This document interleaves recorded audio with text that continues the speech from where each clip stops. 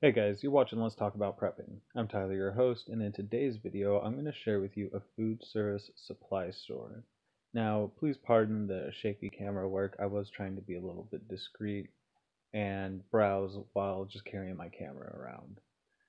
So, a lot of people, even in the food industry, don't know about these because even in the food industry, all the supplies are brought on an almost daily basis.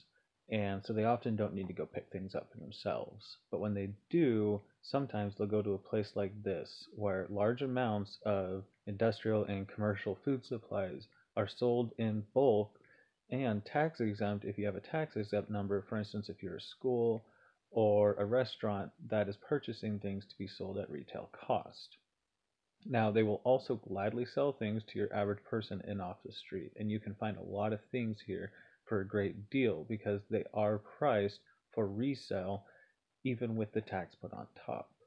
You'll find a lot of things in bulk that you might not find in bulk other places, even places like Winco or Costco, and you'll find a lot of items that you would just never find there, like food prep items for large groups, which could be pretty handy if you're a prepper with a mutual assistance group.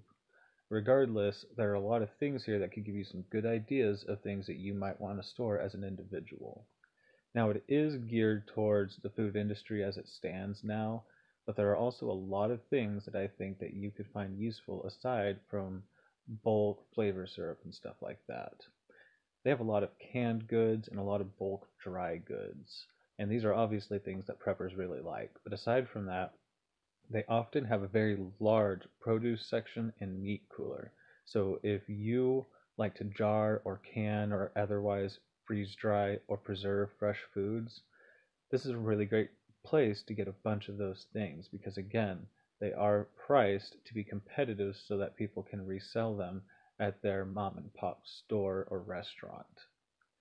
So I thought that this would be a good thing to share. Like I said, a lot of people don't know about these kinds of places. When they think of buying in bulk, they might think of Costco or Winco, but even those places are pretty much geared towards a consumer level purchasing pattern. These are geared towards places like coffee stands or small mom and pop restaurants that are very tight with their money and really scrutinize their purchases.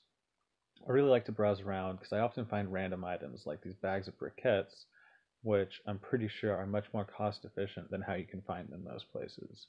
Remember that charcoal is very valuable for things besides just barbecuing with.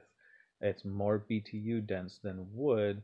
It's a really good option for having some really dense source of flame heat.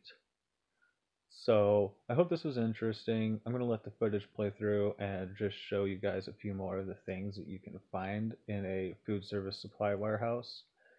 And it's a very interesting place. I'm sharing this more as a source for you to purchase things from now as a good prepping supply source.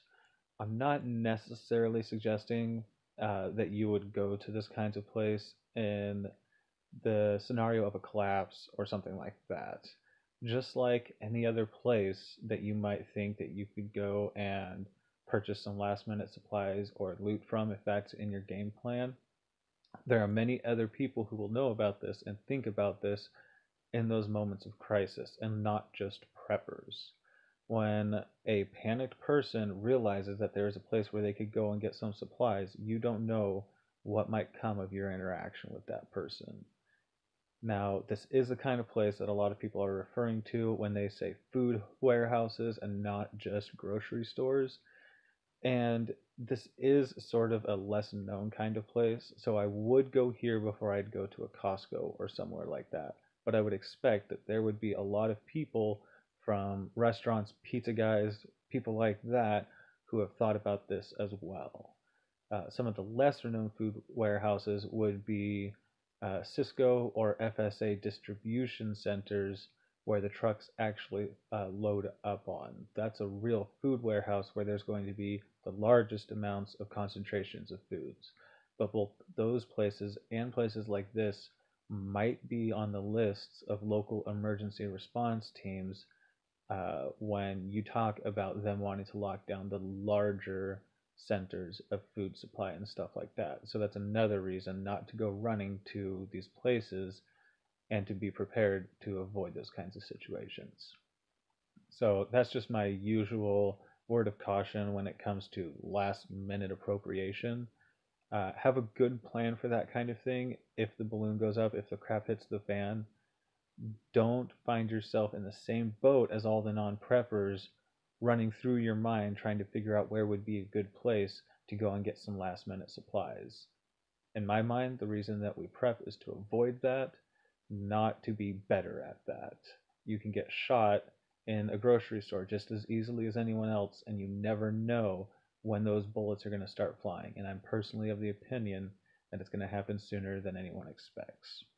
Anyways, you can usually find a place like this by searching cash and carry or food service supply on Google, and it'll let you know about a place like this in your area.